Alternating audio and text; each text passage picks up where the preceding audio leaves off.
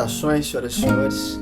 Vamos aqui para o nosso pastel 00A. Vamos repassar aqui todas as etapas para a gente poder fazer o nosso primeiro exercício prático, tá?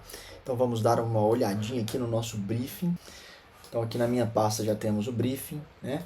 A imagem do produto e o logotipo do nosso cliente, que é a Lagoa de Fiore. Então vamos aqui dar uma lidinha no briefing para a gente poder lembrar.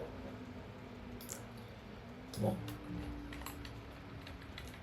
então o cliente é Lagoa de Fiore, né? Para divulgar o perfume Exception Amber, o cliente deseja atingir o coração da mulher, utilizando um tom emotivo. A peça deve transmitir elegância e sofisticação. E aí tem um texto aqui descritivo do produto, não precisamos ler, vamos focar aqui no público-alvo, que é o público feminino adulto das classes A e B. Classe A, gente, não consome produto que se vende em shopping, assim, rede, né, de cosmético e tal. Mas quando o cliente sinaliza pra gente que ele quer público A e B, na verdade é só B. Mas quando ele sinaliza pra gente que ele quer chegar no público A também, ele está dizendo pra gente basicamente na linguagem dele, né, que é leigo, que não é da comunicação como nós, ele está dizendo, ó, eu quero uma abordagem premium, uma abordagem sofisticada, uma pegada mais de luxo, etc. Então é isso que a gente vai fazer, né? A gente já tem para esse exercício o texto definido, que é esse texto aqui.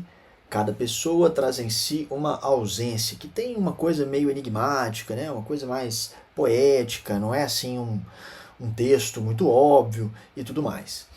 Não é uma coisa muito comercial, no sentido de ser muito varejo, de compra e tarará, falando as características do produto, né? Uma coisa mais da emoção, da subjetividade, né? E depois tem uma observação aqui, dizendo que o cliente não disponibilizou muita verba para produção. Basicamente o que ele está dizendo com isso é o seguinte, ó, não podemos contratar modelo, maquiador e locação para fazer foto.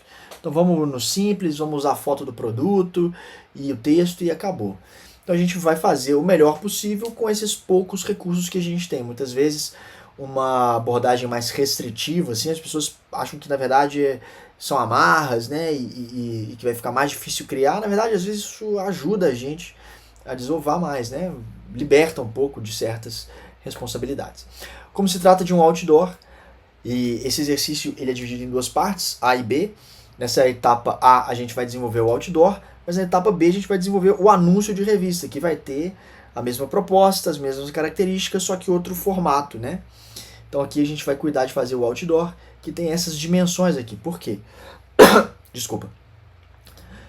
O outdoor ele tem 9 por 3 metros. A gente não vai fazer um arquivo de 9 metros. Nem se fosse imprimir de verdade seria nesse tamanho todo, né? Uma proporção desse tamanho, né, com uma resolução alta para poder imprimir. Para exibir para o cliente ou para apresentar para ele numa reunião, 24 por 8 centímetros já está mais do que suficiente, né? Então a gente vai ter aqui algumas outras observações, não pode alterar o logo, e depois instruções para salvar o arquivo e poder enviar a tarefa, né?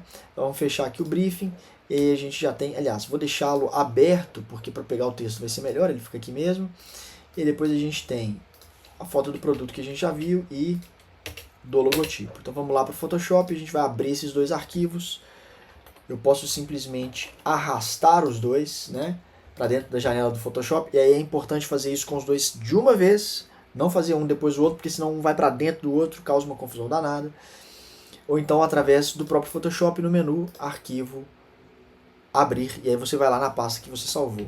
Para agilizar, eu simplesmente vou arrastar os dois aqui para minha janela do Photoshop. E pronto.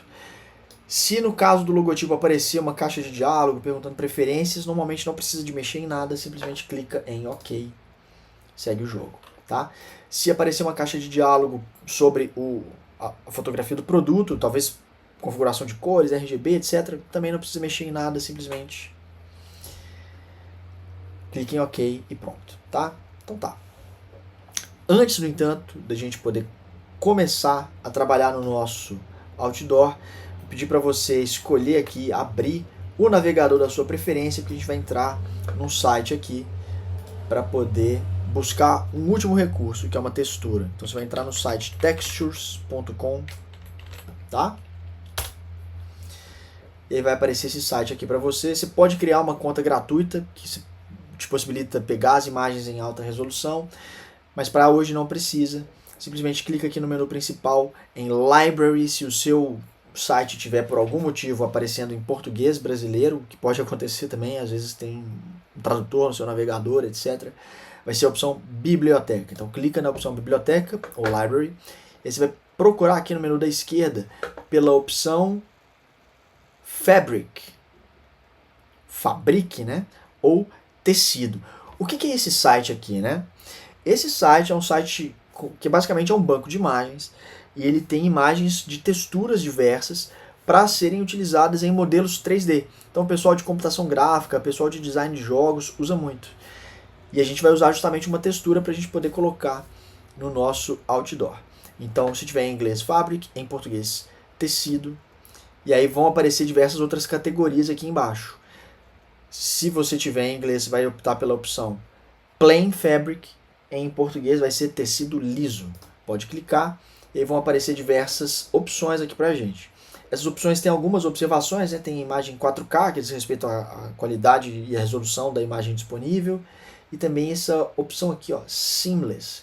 O que é seamless nesse contexto aqui do site de texturas? Seamless é uma imagem quadrada normalmente, mas ela também pode ser retangular, em que a parte de cima da imagem é uma emenda exata com a parte de baixo e a parte da esquerda é uma emenda exata com a parte da direita. Quer dizer que você pode duplicar essa textura, né, infinitamente, e ela vai se emendar uma na outra, os quadradinhos aí, né, os módulos, de modo a preencher todo o espaço que a gente precisa sem precisar esticar, esgarçar, tirar a resolução, tirar a qualidade da imagem. Qual que a gente vai escolher?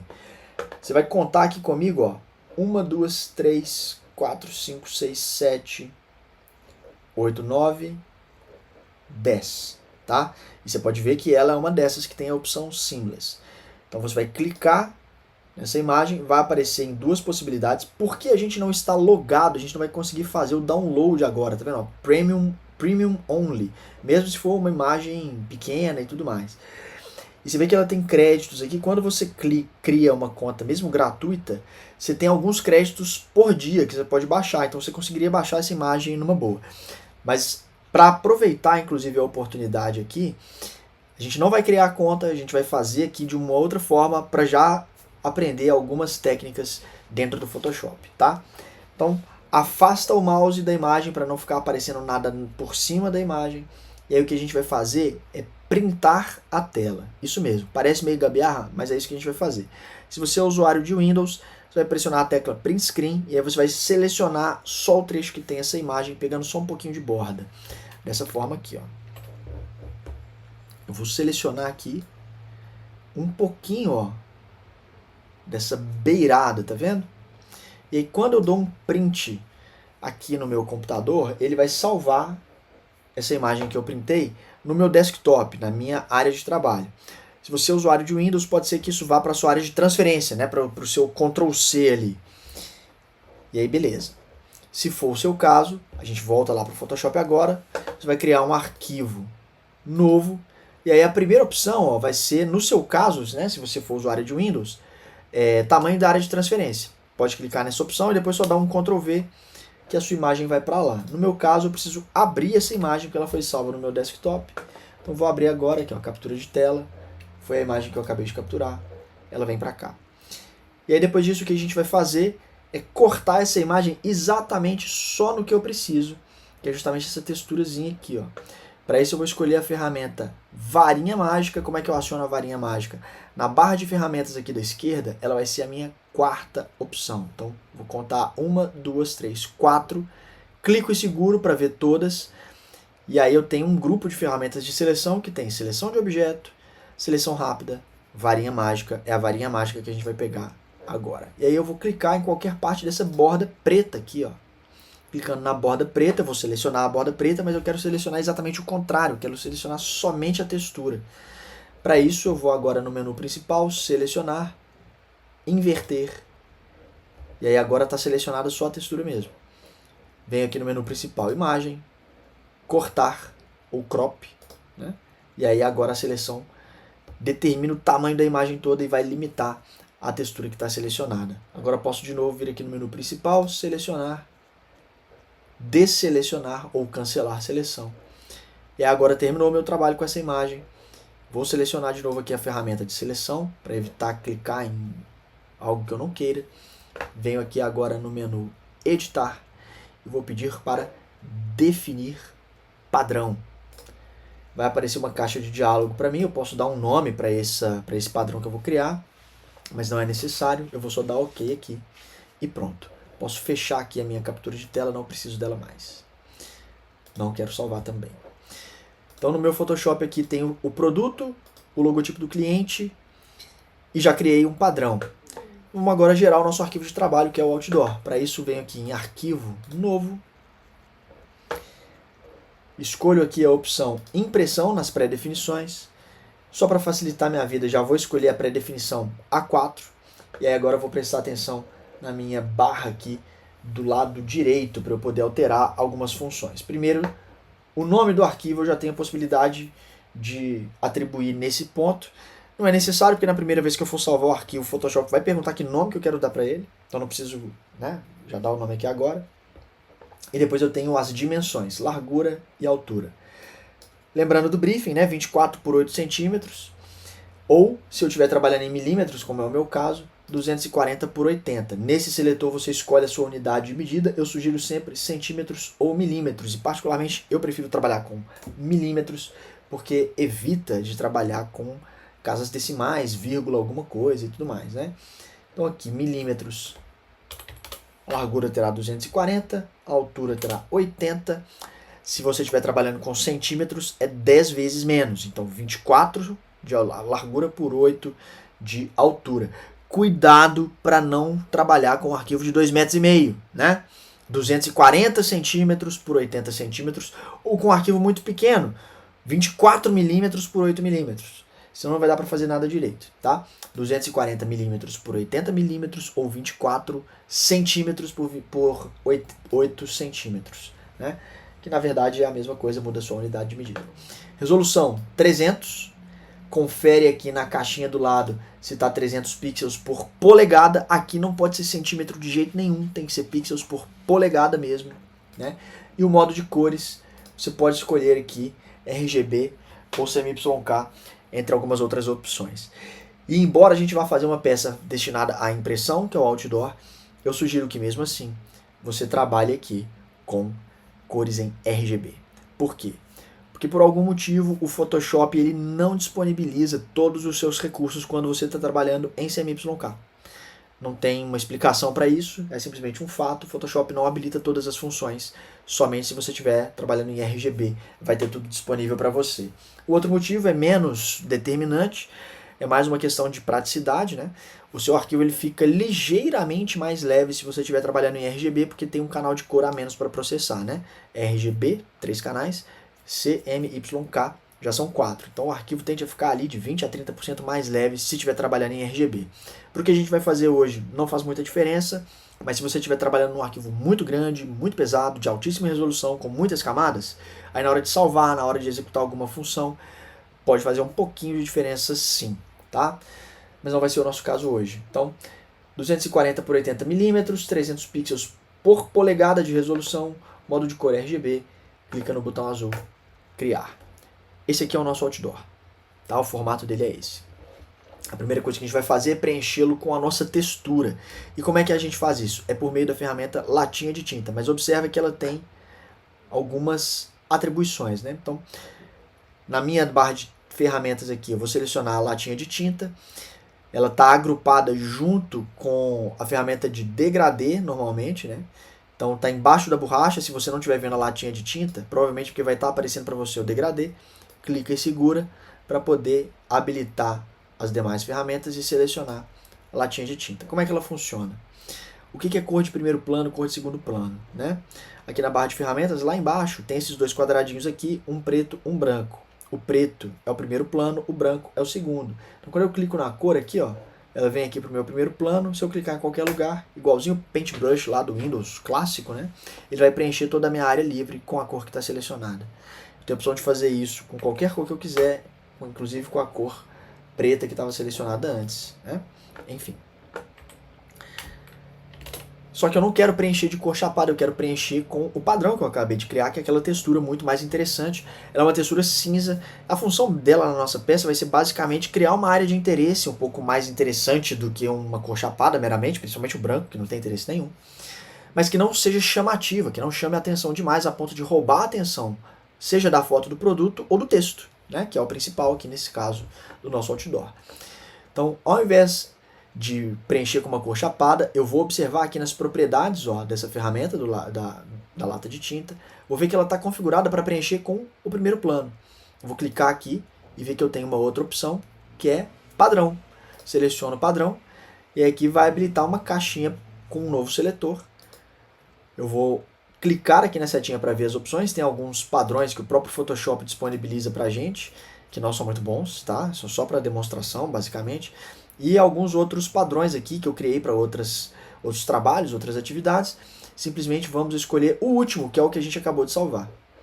E aí, quando eu clicar aqui na cara do meu outdoor, em vez de preencher de preto, que é a cor do meu primeiro plano, ele vai preencher com o meu padrão de cabo a rabo. E aí parece que eu tenho um tecido homogêneo sobre o outdoor inteiro, que eu não precisei esticar, não precisei deformar, não precisei aumentar de tamanho e, consequentemente, perder a sua resolução, perder a sua qualidade. É uma textura leve, uma textura num tom de cinza médio, meio neutro, que não vai chamar a atenção, mas vai já criar um interesse, vai ser mais interessante do que simplesmente um fundo chapado. Beleza. Agora vamos colocar os outros elementos, lembrando de voltar aqui para a ferramenta de seleção, a primeira da barra de ferramentas.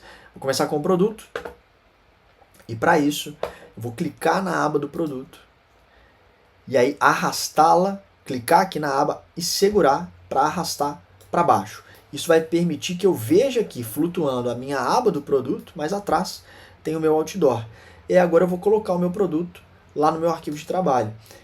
Como esse produto aqui, esse arquivo é o que está na frente, as camadas dele aqui vão aparecer aqui para mim na aba de camadas. Então eu vou simplesmente pegar essa camada, clicar, segurar e arrastar para dentro do meu outdoor. Tá?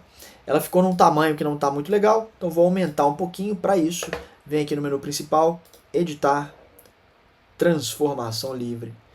E aí os controles de janela, né, desse arquivo vão aparecer e eu vou aumentar aqui. O que eu vou fazer? Né? Eu vou aumentar para um tamanho razoável, que me permita ver o produto com destaque legal, sem encostar nas bordas, né, de cima nem de baixo, e que ainda me permita ter um pouquinho de sombra e de reflexo. Né?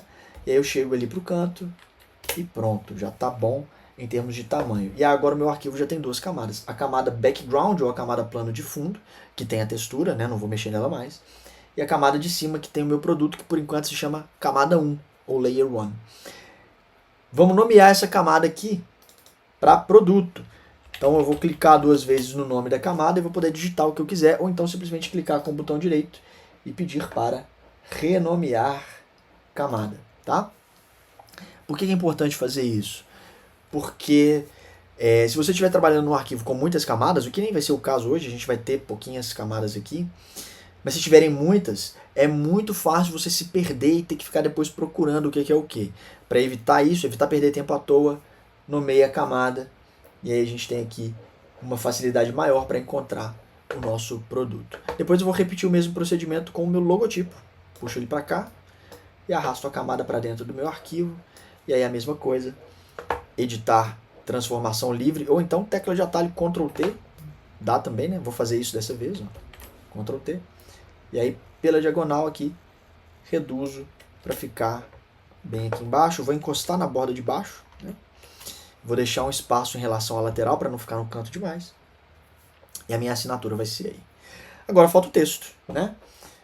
Antes eu vou nomear aqui a camada do logotipo, né? Que é o logo do cliente, tá aqui. Falta o texto, eu vou lá no briefing buscar. E aí o texto, cada pessoa traz em si uma ausência. Eu vou simplesmente selecionar o texto todo, incluindo o ponto final, né, porque é o texto que está aqui contemplado. Mas além disso, porque é o erro ortográfico, né, quando a gente não coloca em frase a pontuação. Quando é título, não tem problema não ter ponto final. Né? Senhor dos Anéis, não é Senhor dos Anéis, ponto. Senhor dos Anéis. Agora, o Senhor dos Anéis é um babaca. Já se torna uma frase. Tem que ter ponto final ou ponto de exclamação lá no final da sentença. Aqui é a mesma coisa, cada pessoa traz em si uma ausência. Como eu tenho o verbo, né? O verbo transforma esse texto aqui numa frase obrigatoriamente, porque tem uma ação aqui sendo descrita ou acontecendo. Então tem que selecionar tudo, inclusive a pontuação. E aí, Ctrl C, vamos lá para o Photoshop de novo. Posso até fechar o arquivo do logotipo aqui, não preciso salvar, não preciso nada. Vou pegar a minha ferramenta de texto, que é essa ferramenta aqui, ó, assinalada por um T gigante.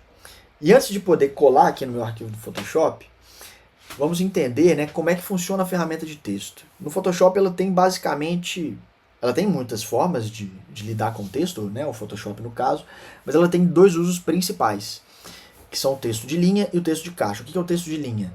Selecionei a ferramenta de texto e dei um clique em qualquer ponto aqui do meu arquivo e larguei, ó, cliquei e soltei, isso vai me permitir digitar um texto infinito, que vai inclusive superar o tamanho do meu arquivo, a menos que manualmente eu posicione o cursor em algum ponto da linha e digite Enter para quebrar essa linha. Tá? Eu posso fazer isso quantas vezes eu quiser, mas isso não me permite gerir muito bem esse texto. O que eu quero dizer com isso? Se eu quiser que essa linha tenha mais alguns caracteres, eu vou ter muito trabalho para fazê-los voltarem para a linha de cima, né? Por exemplo, são só esses 4 aqui, sei lá. E eu tenho que ficar fazendo isso manualmente. Então, essa qualidade de texto, esse tipo de texto, deve ser usado apenas para quantidades pequenas de texto. Por exemplo, texto de uma linha, texto de 2 linhas, título, subtítulo, etc. Né? Quando eu tenho muito texto, texto corrido, o que eu devo fazer? O segundo método. Ao invés de simplesmente clicar e soltar, eu vou clicar o cursor da ferramenta de texto e arrastar, de modo a desenhar uma caixa. E aí você já pode ver a diferença. Eu agora tenho uma caixa de texto e eu manipulo a largura do texto, ó, manipulando a largura da caixa, e o texto corre para se adequar à largura da caixa. Né? Olha que legal. Então, para um texto blocado, um texto mais denso, caixa de texto é que é o ideal. Tá? Então, muito bem. Peguei lá o meu título.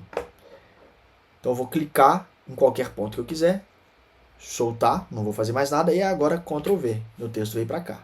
Né? Faltando um caractere ali. Muito bem.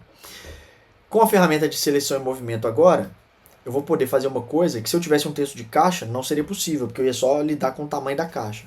Ia transformar o texto. Mesma coisa que a gente fez com o produto e o logotipo. Vem aqui em editar, transformação livre, ou então Ctrl T no teclado. E aí, por enquanto, o que a gente vai fazer é colocar o texto, ó, num tamanho que ele preencha quase todo o meu outdoor. Cada pessoa traz em si uma ausência ocupando quase a largura toda. Né? Eu posso até esticar um pouquinho mais. Até ocultando um pouquinho do texto para lá. Por quê? Porque eu vou quebrar esse texto em 2 linhas. Só que ao invés de simplesmente quebrar aqui, ó, por exemplo, posicionando o meu cursor depois da palavra em e dando um Enter, eu posso fazer isso se eu quiser, não tem problema. Mas aí a distância entre uma linha e outra, ela fica uma distância padronizada. E eu quero ter o poder de manipular isso. Então o que eu vou sugerir para vocês?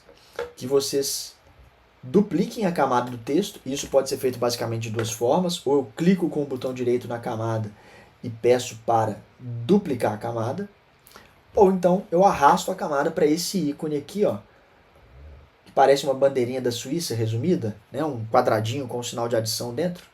Porque esse ícone, se eu simplesmente clico nele, ele me dá uma camada vazia. É o ícone de nova camada. Agora, se eu arrasto para lá uma camada existente, como esse texto, por exemplo, esse ícone cria uma cópia dessa camada.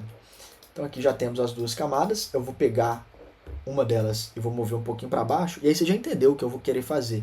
Imagino, né?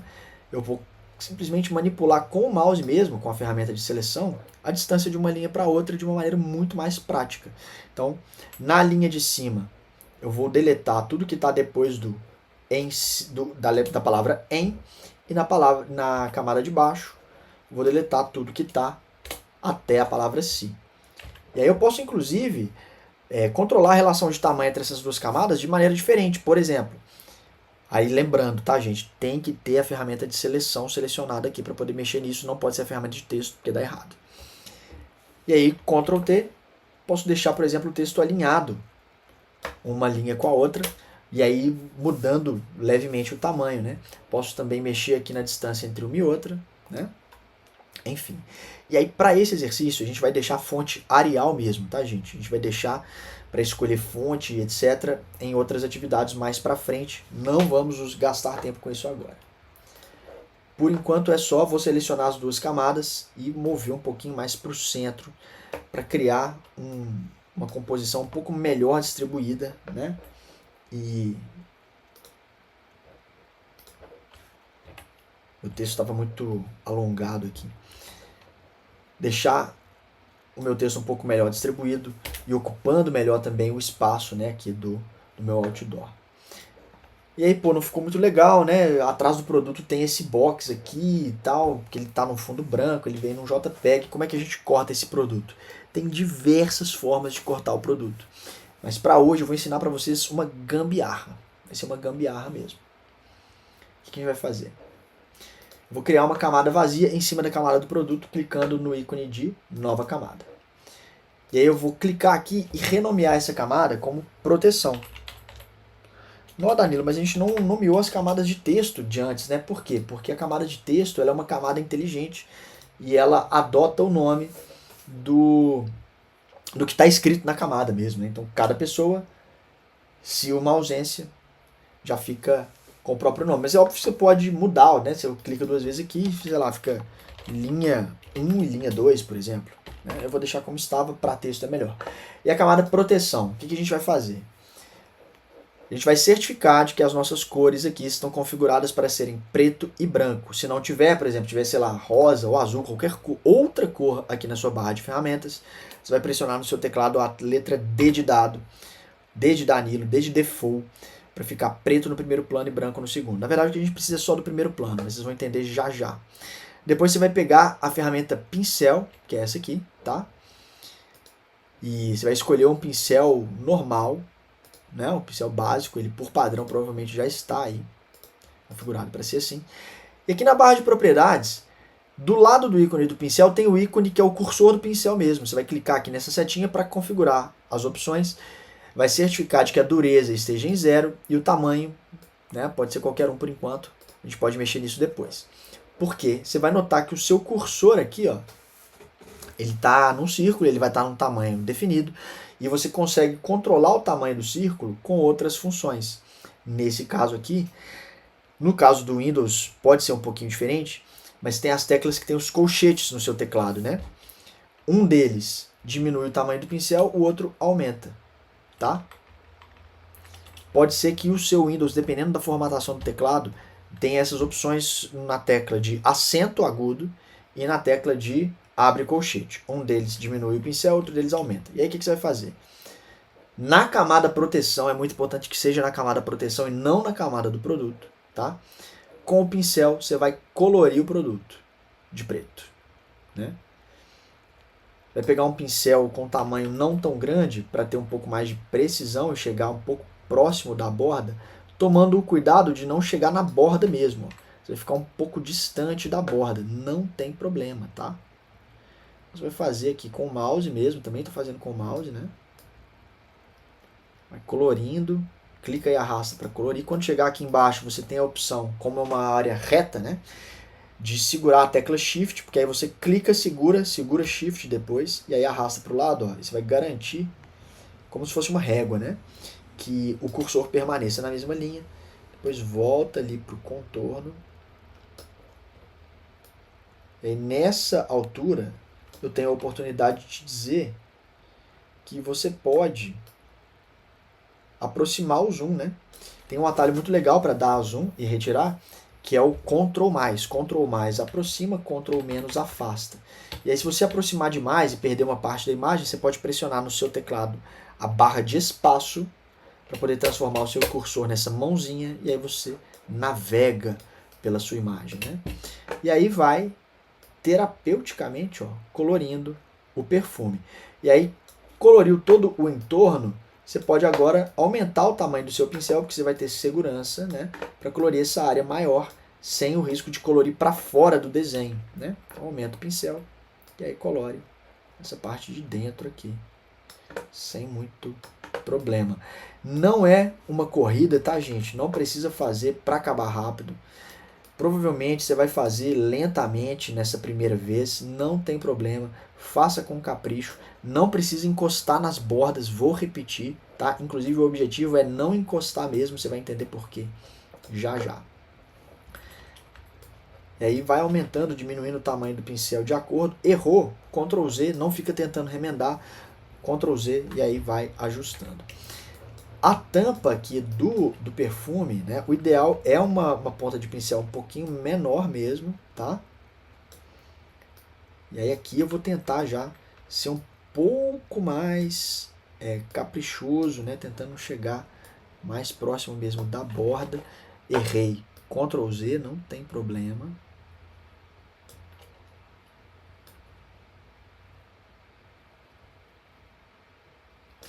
Vamos fazendo todo o entorno aqui, mas é a mesma coisa. Identifiquei aqui a área de proteção, o resto pode ser com um pincel um pouco maior, né? Para poder agilizar.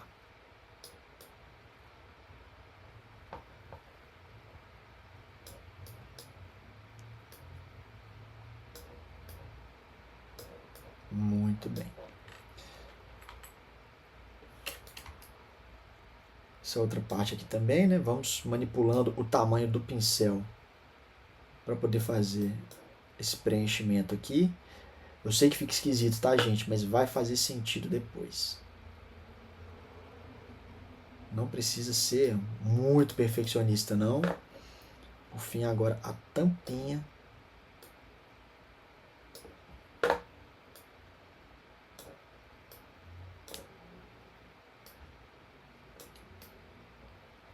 E pronto, quase terminando. Falta agora só a correntinha aqui do lado. E aí eu vou diminuir de novo o pincel para poder fazer essa argolinha aqui, né? Não precisa diminuir tanto, não. Aqui errei mais uma vez, então Ctrl Z de novo. Você vai tentar ser o mais preciso que você puder. Pode caprichar mais do que eu estou caprichando aqui. Eu estou tentando ser ágil também para não tomar muito tempo de vocês com esse vídeo, que já está grande demais. Né? Etiqueta.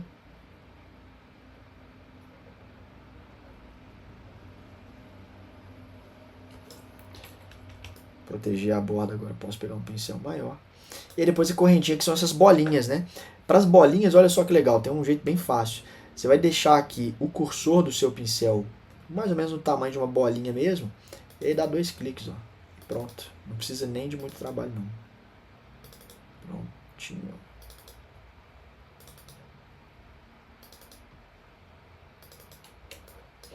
Você pode dar uma refinada em alguns pontos que você achou que não ficou muito legal, se for o caso. Né? Não precisa ser muito perfeccionista, né? Falei, vou repetir aqui. Vai caprichar, óbvio, mas não vai pegar a borda, tem que ter uma distância mesmo, tá? Esse é o resultado que a gente espera aqui, ó. Aonde é mais metal, pode ser mais próximo da borda, mas aqui no vidro, não. E é só nessa parte de cima mesmo, a gente vai ignorar o resto. Temporariamente eu vou ocultar essa camada de proteção aqui, só para explicar para vocês por que a gente está fazendo desse método. Imagina que a gente vai simplesmente cortar aqui a camada do produto. Tem várias formas de fazer isso. E o Photoshop tem algumas, inclusive, semi-automáticas, né, muito boas. Mas observe bem. Vou clicar aqui na varinha mágica e pegar o objeto, né, seleção de objeto. E aí eu seleciono o meu perfume e aí olha o que acontece. Ele selecionou. Vou deletar aqui o meu excesso e aí você já percebeu aqui um dos problemas, ó. O problema aqui é que o meu reflexo ele fica muito artificial, ele fica duro, o recorte não fica muito bom. Para o restante ficou legal, né? Mas essa parte aqui de baixo não ficou. Então esse é um método bom. Para outra situação poderia funcionar perfeitamente, para nós aqui não rolou. Clico em seguro de novo, vou tentar aqui a seleção rápida. Seleção rápida basicamente é um pincel que me permite criar uma área de seleção. Então vou selecionar aqui a parte branca, e aqui você já viu como é que ele não é perfeito, ó, porque ele vai selecionar um pouco de outras áreas, outras partes que eu não quero, né? E se eu deletar, um pedaço da tampa foi embora, um pedaço do brilho que estava aqui na direita foi embora, apesar desse lado aqui ter ficado até bom, ó, o reflexo também foi cortado e tudo mais, o resto não fica muito bom, né? Por fim, a varinha mágica, que é uma clássica, né? Clico aqui no branco, clico aqui também nesse espaço vazio, deletei. E aí olha o problema. Ficou pior do que a primeira opção, que era a seleção de objeto, né? Invadiu algumas áreas que estavam de branco aqui também. E manteve o reflexo, né? Então não é legal. Mesmo que eu delete esse reflexo depois, isso não resolve o meu problema. Porque não é convincente e aí fica esquisito, parece que o meu produto está flutuando, está voando no ar. O reflexo é legal, mas como é que eu posso manter o reflexo e fazer um corte de qualidade, né? Por isso mesmo que a gente vai fazer hoje no método gambiarra, que consiste basicamente em fazer uma proteção, que é o que a gente já fez, a gente coloriu de preto, lembrando que está numa camada solta, uma camada sozinha em cima do produto. Eu venho aqui agora, com a camada da proteção ativada, venho aqui em imagem, ajustes, inverter. O que isso vai fazer? Isso vai negativar a cor. Então, onde estava preto vai ficar agora branco. Vai, Danilo, mas por que eu não colori de branco já de uma vez? Porque como o fundo é branco, isso podia me confundir, né?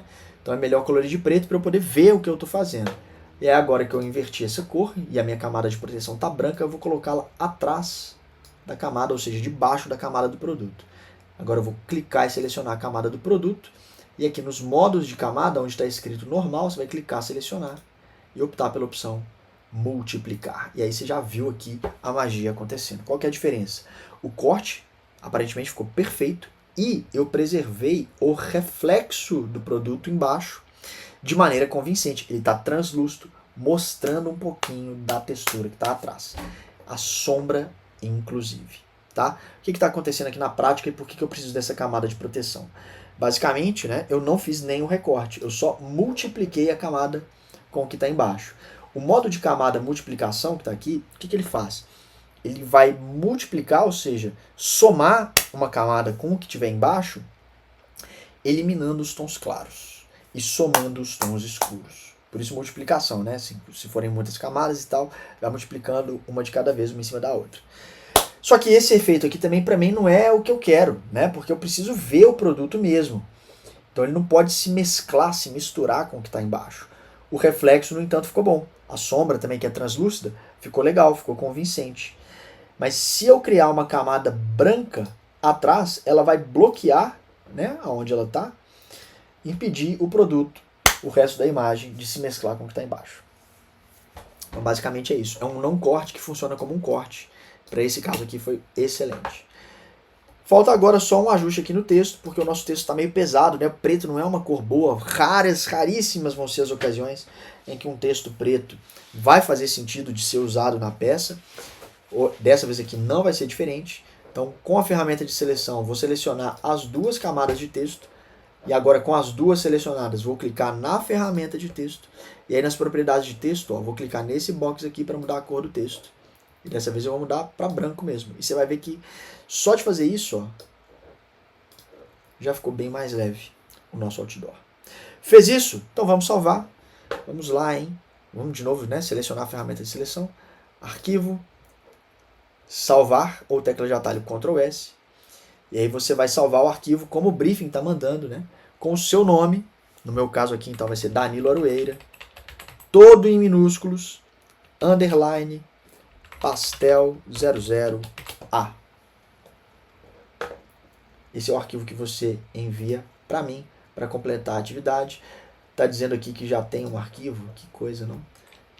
00 underline A ou underline 00A. Pronto. Cliquei aqui, salvei. O produto eu posso fechar, né? E pronto, tá lá salvo o meu arquivo Danilo Aroeira Pastel 00A.psd. A gente pode converter agora para JPEG também, né? Então vamos em arquivo, salvar uma cópia. E aí aqui no formato, na caixa de diálogo, você vai escolher, ao invés de Photoshop, você vai escolher JPEG. E aí não precisa mexer no nome, não precisa mexer em mais nada, salva na mesma pasta, clicando em salvar. Ele vai te perguntar aqui quanto qualidade você quer dar para o seu arquivo, coloca no máximo aqui na direita, ou então digita manualmente qualidade em 12, que é o máximo, provavelmente vai estar 8. digita 12, clica em OK, salvou. E lá na pasta agora, ó, você vai ter aqui o seu arquivo em formato PSD, né? E também em formato JPEG. Igualzinho, muda só o formato. A diferença é que o arquivo em PSD você pode abrir depois para editar, se for necessário, se o cliente pedir alguma modificação, etc. Para finalizar, a gente vai só salvar mais uma vez o Photoshop original aqui, clicando em arquivo, salvar. Vamos fechar esse daqui e agora a gente vai abrir o JPEG que a gente acabou de salvar antes, né? Que é igual, mas como vocês podem ver, ó, ele tem uma camada só, né? Não dá para editar, não dá para mexer no texto, não dá nada, mas não precisamos disso agora. A única coisa que a gente vai fazer agora é converter o esquema de cores. Lembra que arquivo para impressão tem que ser em CMYK? Pois então, a gente trabalha em RGB, converte para CMYK só no final, depois que a gente já resolveu tudo, para a gente não ficar batendo cabeça com as funções do Photoshop que ficam faltando quando a gente trabalha em CMYK. Para isso, só abre o arquivo lá, clica em imagem, modo, e aí seleciona CMYK. Não teve nenhuma alteração significativa, não vamos precisar corrigir cor nem nada, tá tudo ok. Vamos lá salvar uma nova cópia, né? Salvar como, e aí só para a gente não se confundir, pastel 00A, underline CMYK, para diferenciar do original que está em RGB. E pronto.